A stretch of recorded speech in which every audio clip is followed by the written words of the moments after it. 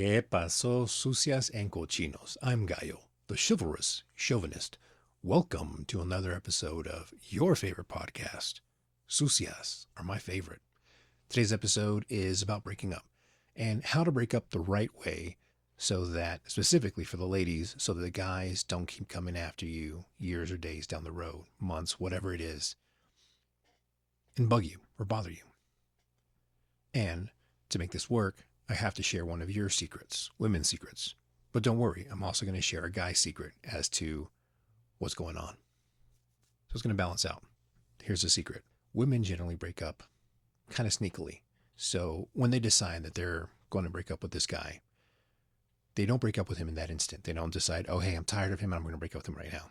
Sometimes they do. But for the most part, at least from my experience, from hearing several dozen, actually close to a couple hundred. So yeah, several dozen, whatever. But after hearing a lot of stories from roller derby skaters, which is a wide gamut of people, it's not just like emo or punk type women. There's doctors, lawyers, all kinds of women that are in roller derby. So they make the decision that they're going to break up with this guy. But they don't tell him, okay, it's over right then and there. They make their plan. They plan their getaway. They move stuff out. They find a new place. They have a new guy on the side, whatever.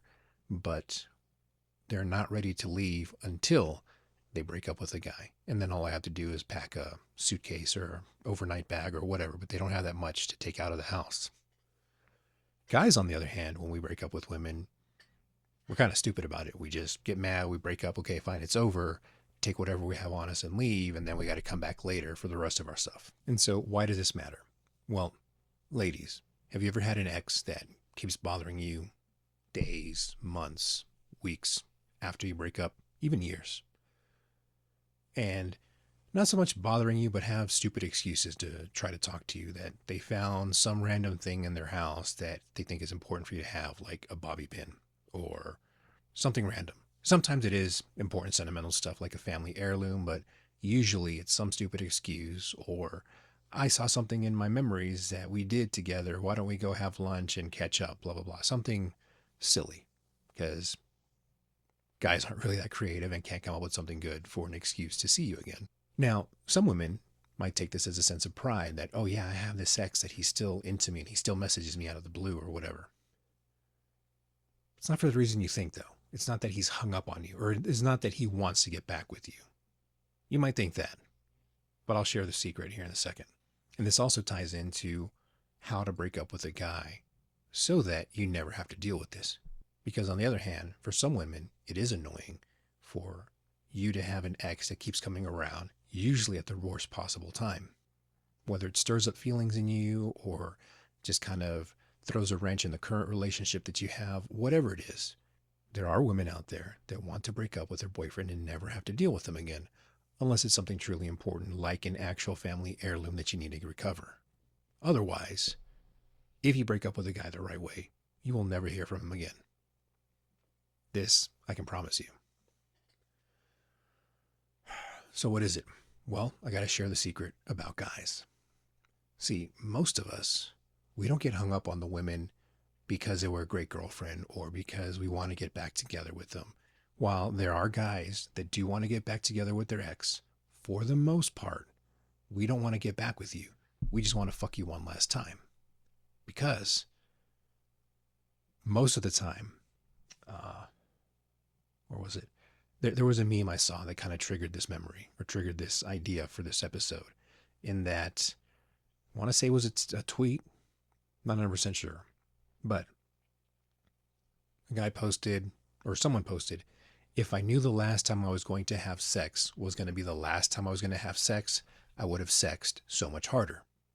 So it just kind of reminded me of some of my male friends complaining about not having that much sex in their relationship and then the relationship being over. Them not realizing that the pattern going from constant or regular sex and then no sex at all without being some type of medical issue, then realize, oh, I guess that's the new status or the new norm. But in fact, they're missing out. The girl probably has already moved on, has her new boyfriend, and getting it in from them. Either way, the point is, when you're going to break up with your boyfriend, let him know, hey, we're going to break up after this conversation, or however you want to phrase it. But essentially, you want to tell your soon to be ex that he has one more hour, one more round, one last night, weekend, whatever amount of time you want to give him. He can do everything he wants to do with you except X, Y, and Z, whatever your hard limits are, whatever it is that you're absolutely against. Have sex with him one last time, and you'll never have to deal with him again. Because that way he can get you out of his system, because you broke up with him out of this, or you're planning to break up with him essentially out of the blue. He has no idea it's coming. Sometimes they can kind of piece it together after the fact, after going to therapy, after talking to their male friends and realizing, oh, hey, he didn't do X, Y, or Z, or whatever was wrong, whatever the problems are. But the point is, you're springing it on him. He has no idea. He has no clue. It's a surprise. And now his only concern isn't that you're breaking up with him. For the most part, some guys do care about the relationship, but other guys are like, shit, we haven't had sex in 5.5 months, 4.5 months, a year and a half, whatever the time frame has been. Now, he's pissed because you're going to go get it in, or you probably already have been because you got your side piece, whatever the case may be. There's no judgment here. The point is, you're leaving him hanging. And again, you don't have to do this. Your body, your choice. If you want to save yourself the headache of having to deal with the next years down the road, throw him a bone. Let him have sex with you one last time. Don't tell your current boyfriend or your new guy that you did this, because then that'll throw a whole wrench in your current relationship if you're going that route. If you don't have somebody else on the side, you get one last night, one last hookup, one last whatever with your guy. And if he doesn't do it right before he finishes or after his round is over, then you tell him how you want it so you can get over him or throw him under the bus or whatever you want to do.